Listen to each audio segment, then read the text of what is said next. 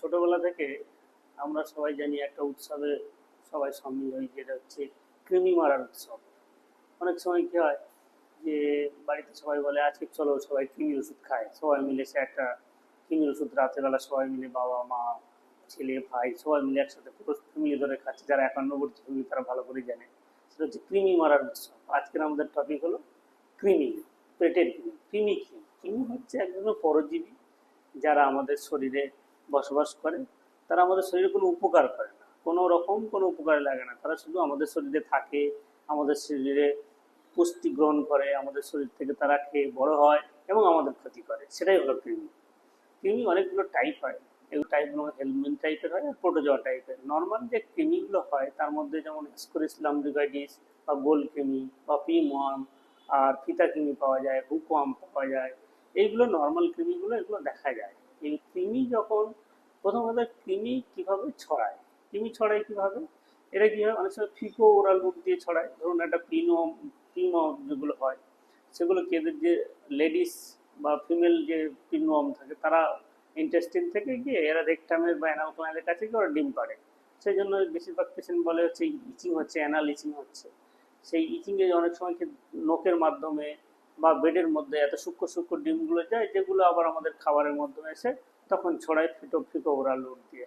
আর অনেক সময় কি হয়, যদি কোনো বাথরুম, যদি বাথরুম আনহাইজেনিক, অনেক লোক একটা বাথরুম ব্যবহার করে বা বাথরুম রেগুলার ধোয়া হয় না, সেখান থেকেও ছড়ায়। আবার কি হয়, কিছু আনকুকড মিট বা ফিশ যেগুলো রান্না করা হয়, সেগুলোর মাধ্যমে কৃমি ছড়ায়। আবার অনেক সময় কিছু ভেজিটেবল, ধরুন কোনো মাঠে সবজি চাষ হয়, সেই সবজিটা ভালো করে বাড়িতে ধোয়া হলো না, তার মধ্যে ডিমটা থাকলো, সেই ডিমটা যখন আমাদের পেটে গেল, পেটে গিয়ে সের মধ্যে ছড়ালো। ডিম থেকে হতে পারে বা অনেক সময় কোনো কোনো কৃমি লার্ভা থেকেও ছড়ায়। এবার গোল কৃমি কেন? সাইজটা গোল মতো দেখতে, বা এটা হচ্ছে অ্যাসকুরিস লুম্ব্রিকাইটিস, সেটাই আমাদের ভারতবর্ষে কমন। এছাড়া অন্য অন্য দেশেও হয়।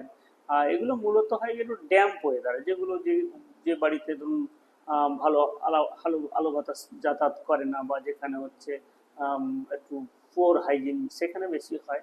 আর আর এছাড়া কি হয়, অনেক সময় কি হয়, কৃমি কি হয়, ধরুন অনেক সময় কি হয়, যারা মাঠে ঘাটে কাজ করে তারা কি হয়, জল নেই, সেই যে মাঠের জল খেলো, সেই জলের মাধ্যমে কিন্তু কৃমির লার্ভা বা ডিম ডিম শরীরে গিয়ে এই কৃমি সৃষ্টি করতে পারে। আর কিন্তু মুশকিল হলো, কৃমি হলে পেশেন্টের সিমটম কী হবে? পেশেন্টের কী কী হতে পারে? পেটে ব্যথা করতে পারে, একটা অ্যাবডোমিনাল ব্লিডিং হতে পারে, পেটটা ভরা ভরা ফিলিংস হতে পারে। এবার যখন প্রচুর সংখ্যক কৃমি হয় তখন কি অ্যাবডোমিনাল অবস্ট্রাকশন করতে পারে, সাবঅ্যাকুট ইন্টেস্টিনাল অবস্ট্রাকশন করতে পারে। অনেক ইন্টারসাসেপশন হয়। ইন্টারসাসেপশন জিনিসটা কি? একটা নাড়ির মধ্যে আর একটা নাড়ি ঢুকে যায়, যাওয়ার পরে তখনও একটা সিভিয়ার পেন অ্যাবডোমেন বা অনেক সময় নেক্রোটাইজিং এন্ট্রোকোলাইটিস হয়। আবার অনেক সময় এই ভদ্রলোকেরা ইন্টাস্টিন থেকে এদিক সেদিক সেদিক ঘুরতে ঘুরতে অনেক সময় চলে যায়, ধরুন গলবাডারে চলে গেল, গলবাডারে গিয়ে সেখানে গিয়ে হচ্ছে সেখানে গলবাডার অ্যাকুট কোলেসিস্টাইটিস করলো বা পেন অ্যাবডোমেন করলো। আবার অনেক সময় কি এরা ঘুরতে ঘুরতে লিভারের মধ্যেও চলে যায়। লিভারে গিয়ে যেমন হাইড্রাইটিস গিয়ে সেখানে একটা বড় বংশ বিস্তার করে লিভার পেন আরও অনেক কিছু সৃষ্টি করে। আবার সবচেয়ে যেটা উল্লেখযোগ্য, অনেক সময় কি হয়, কৃমি থেকে নিউরোসিস্টি সৃষ্টি হয়। সেটা কি আমাদের ব্রেনের মধ্যে কৃমি, সেগুলো আরো ভয়ঙ্কর। সেখানে পেশেন্টের কনভালশন হয়, খিচুড়ি হতে পারে। এই ভদ্রলোকেরা দীর্ঘদিন পেটে বসবাস করার জন্য অনেক সময় কি হয়, শরীরের আমাদের মানে কার্যকরী ভিটামিন সেগুলো এরা খেয়ে নেয় বা এগুলো নিয়ে নেয়।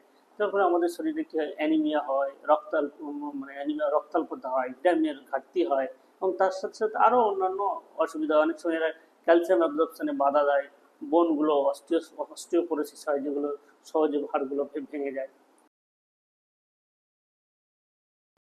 এবার ট্রিটমেন্ট ডায়াগনোসিস করবো কিভাবে? যে একটা কৃমি হয়েছে, সে বললো আমার কৃমি হলো, কি কৃমি হলো না, ডায়াগনোসিস করার কিছু নিয়ম আছে। গোল্ড স্ট্যান্ডার্ড হচ্ছে স্টুল এক্সামিনেশন। স্টুলে ওই আম, যেগুলো হয়, ডিম পাওয়া যায়, এগ পাওয়া যায়, এইভাবে করা হয়। এছাড়া অনেক সময় ইউএসজি, ভালো রেডিওলজিস্ট ইউএসজির মাধ্যমে বা এমআরআই বা সিটি স্ক্যানের মাধ্যমে দেখা যায়। এছাড়া এদের লার্ভাও দেখা যায়। এবার কি হয়, এবার হলো, এবার আমরা করবো কি? দু রকমের যদি বলি ভাবি, যে একটা আমাদের এখানে কিন্তু ট্রিটমেন্টের থেকে মেনে চলাটা খুব গুরুত্বপূর্ণ। কি হয়, যে অনেক সময় কি দেখা গেল যে আমরা ভালো করে আমাদের হাইজিন মেনটেন করলাম, হাত ধুলাম বারবার করে, বা খাওয়ার সময় আমাদের জলটা বা ভালো যে জলটার মধ্যে কন্টামিনেশন নেই, পরিষ্কার জল সেরকম খেলাম, যত্রতত্র মলমূত্র না করা। এছাড়া যে আমরা বাজার থেকে যে সবজি আনবো সেই সবজিটা ভালো করে ধুয়ে রান্না করা, যে মিটগুলো আমরা খাবো সেগুলো ভালো করে কুক করে খাবো, আর সেগুলো আনকুক করে খাবো না। এইগুলো যদি মেনে চলতে পারি, বা আমাদের যে বাথরুম ব্যবহার করবো সেই বাথরুম বিশেষ করে যাকে যে বাথরুম অনেক লোক ব্যবহার করে সেই বাথরুমটা রেগুলার ক্লিনিং করি, করতে থাকে, তাহলে কিন্তু এটা হবে না। আর কি, ট্রিটমেন্ট। ট্রিটমেন্ট কি, মেডিকেশন আছে যেমন অ্যালবেন্ডাজল, মেবেন্ডাজল, আরও অনেক অনেক ওষুধ পাওয়া যায়, সেগুলো ডাক্তারবাবুরা ঠিক করবে। কিন্তু এই ট্রিটমেন্ট সম্পর্কে কিছু একটু মানে কনসেপ্ট আছে মানুষের, সে নিজে তৈরি করে নিয়েছেন কিছু কিছু কনসেপ্ট। যেমন কৃমি ওষুধ শীতকালে খাওয়া যায় না, গরমকালে খাওয়া যায় না, ব্যাপারটা তো নয়। কৃমি ওষুধ প্রয়োজন হলে অনেক দিনই যে কোনো সময় খাওয়া যায়। কৃমি ওষুধ জেনারেলি খাওয়ার 1 ঘন্টা আগে বা শুয়ে পড়ার পরে খাওয়া যায়। এটা চিবিয়ে খাওয়া যায় বা গিলে খাওয়া যায়, ঠিক আছে, তবে চিবিয়ে খেলে ভালো কাজ করে। তো বেশিরভাগ ক্ষেত্রে গেলে রেকারেন্স হয়, মানে ধরুন একজনের হলো আবার কিছুদিন পরে হলো, সেক্ষেত্রে কি হয়, এগুলোর ডোজ কিন্তু ওষুধগুলোর ডোজও কিন্তু বারবার যদি না কমে 1 মাস পরে আবার রিপিট করা যেতে পারে। অনেক সময় কি হয়, এই ওষুধের যে যেভাবে খাওয়ার নিয়ম, অনেক সময় বলে যে পেশেন্টকে দিলে যে না এই কি বলে এই 1 মাস আগে খেয়েছে, এখন ডাক্তারবাবু আবার লিখেছেন, সেরকম ব্যাপার নয়। যদি ডাক্তারবাবুর প্রয়োজন মানে বোধ করেন 1 মাস পরেও খাওয়া যেতে পারে। আরেকটা কি, অনেক সময় নিউরোসিস্টিক সার্কোসিস কিংবা ধরুন ফাইলেরিয়াসিস কিংবা হাইড্রেটিক সিস্ট, এগুলোতে কি হয়, কিডনির যে ওষুধ দেওয়া হয় সেগুলো লং টার্ম দেওয়া হয়। যেমন ধরুন অ্যালবেন্ডাজল অনেক দিন দেওয়া যায়, কোনো কোনো ক্ষেত্রে 21 দিন দেওয়া হয়, কোনো কোনো তারও অধিক দেওয়া হয়। সেক্ষেত্রে অনেক সময় ওষুধ দিলে অনেকের কনফিউশন হয়, বিশেষ করে যারা ওষুধ বিক্রেতা তারা বলে যে ডাক্তারবাবু বোধহয় ভুল দিয়েছেন, তা না এতদিনের ওষুধের দিল, কিন্তু ব্যাপার না, এটাই কোর্স, এতদিন দিতে হয়, সেটা মানে ডাক্তারবাবুর সাথে কনসাল্ট করে অবশ্যই খাবেন। আর তবে কৃমির ওষুধ দেওয়া যায় না কোথায় কোথায়, দেওয়া যায় না যে কৃমির ওষুধে তার সাইড এফেক্ট আছে, দেওয়া যায় না।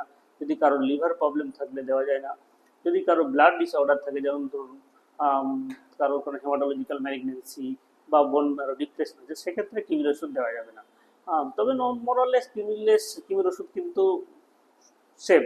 এবার পরিবারের সবাই মিলে খাওয়া হয়, এটা আগেও প্রযোজ্য ছিল, এখনো প্রযোজ্য ছিল। একসাথে সবাই মিলে খেলে কি হবে, তাহলে ওটা ইরাডিকেট বা ওটা কৃমিটা কৃমির যে প্রকোপটা বা ট্রান্সমিশনটা বন্ধ হয়ে যাবে। আর কৃমিতে মোটামুটি এই। আর যেটা উল্লেখযোগ্য, যেটা বলার ইচ্ছা হচ্ছে, মূল কথা যেটা হচ্ছে, কৃমি থেকে মুক্তি পেতে গেলে আমাদের পরিচ্ছন্নতা মেনটেন করতে হবে। উম, অনেক সময় অনেকে কমপ্লেন করে যে এই তো আগের মাসে অ্যালবেন্ডাজল খেলাম, আবার কি হচ্ছে, কি ওষুধ খেলাম, বারবার করে হতে পারে। তবে সব মানে অ্যানালিচিং কিন্তু কৃমি নয়। অ্যানালিচিং নানা কারণে হয়, যেমন ফিশারি ন্যানো হলে হয়, বা পায়খানার দ্বার যদি ফেটে যায় তখনও হয়, বা ধরুন পায়খানার দ্বারে কোনো অন্য কোনো অসুবিধা হয় তখনও কিন্তু অ্যানালিচিং হতে পারে। সুতরাং কৃমি হলে ডাক্তারবাবুর সাথে যোগাযোগ করুন, আন্দাজে ওষুধ না খাওয়াই ভালো। আর কৃমির ওষুধ নিয়ে অত চিন্তা করার জন্য, কৃমির ওষুধ যদি কেউ এমনি খেয়েও নেয় তাদের তেমন সাইড এফেক্ট কিছু হয় না। যদি প্রয়োজন হয় খাবেন, তবে অবশ্যই কনসাল্ট করে খাবেন। নমস্কার।